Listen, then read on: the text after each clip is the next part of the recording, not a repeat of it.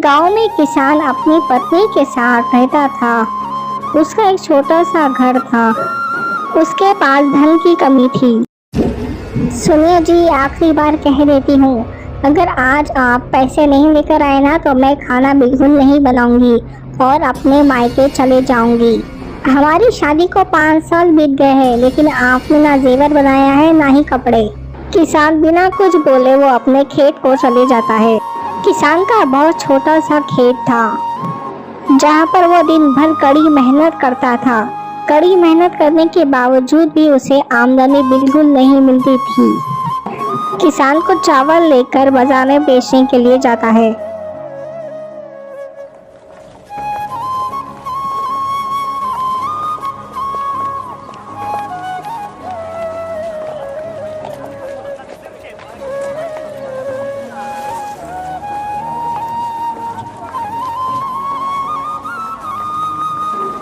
किसान बाजार में एक किराने वाले को अपना चावल बेचने के लिए आता है। ये चावल सैंपल के रूप में होते हैं। अरे भैया, ये देखिए, मैंने आपका सैंपल चावल तो ले लिया है और मैं ये ग्राहक को दूंगा। अगर उनको पसंद आएगा तो मैं आपको ऑर्डर दूंगा। तब तक मैं आपको कुछ बोल नहीं सकता, क्योंकि इससे पहले भी आपने चावल लिया था, ग्राहक ने शिकायत की थी। फिर दुकानदार किसान को 100 रुपया देता है। फिर किसान अपने घर वापस ही लौटता है। तभी रास्ते में उसे मुर्गियां नजर आते हैं। क्यों ना मैं मुर्गियां खरीदकर अंडों का कारोबार शुरू करूं? किसान यही सोचकर बाजार से मुर्गियां खरीद लाता है ताकि वो अंडों का बिजनेस कर सके। अरे भाग्यवान, ये मुर्गियां मैं इसलिए लेकर आया हूँ ताकि हम इसे बड़े करेंगे। फिर जब ये अंडे देंगे तो हम अंडों का कारोबार करेंगे। इसी तरह हम जल्द ही धनवान बन सकते हैं। इस तरह से किसान और उसकी पत्नी ने अपने घर के पीछे के आंगन में मुर्गियों को दाना पानी के साथ वहां पर रख दिया। फिर मुर्गियां उसमें रहने लगी। इसी तरह कई दिन बीतते गए और मुर्गियां बड़ी हो गई और अंडे देने लगी थी।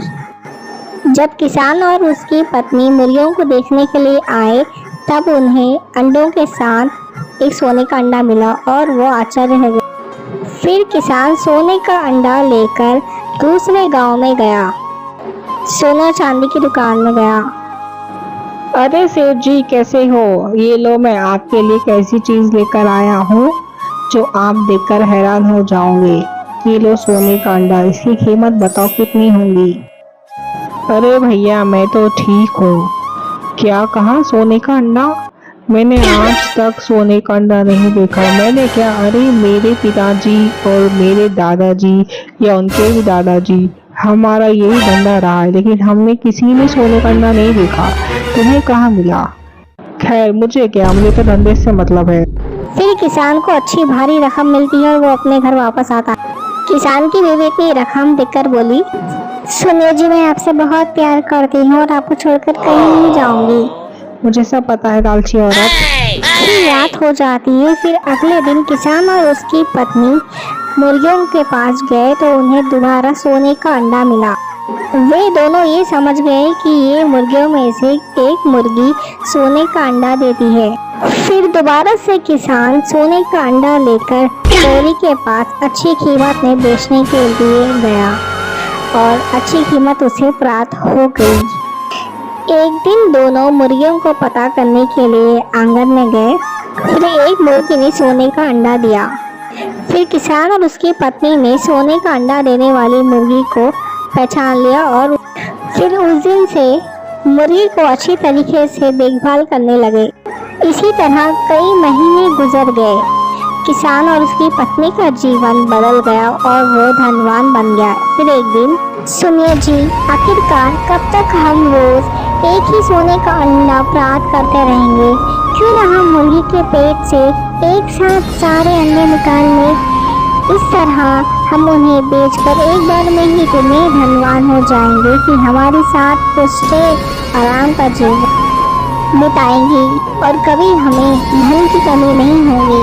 किसान अपनी पत्नी की बातें सुनकर उसके मन में भी लालच आ गया।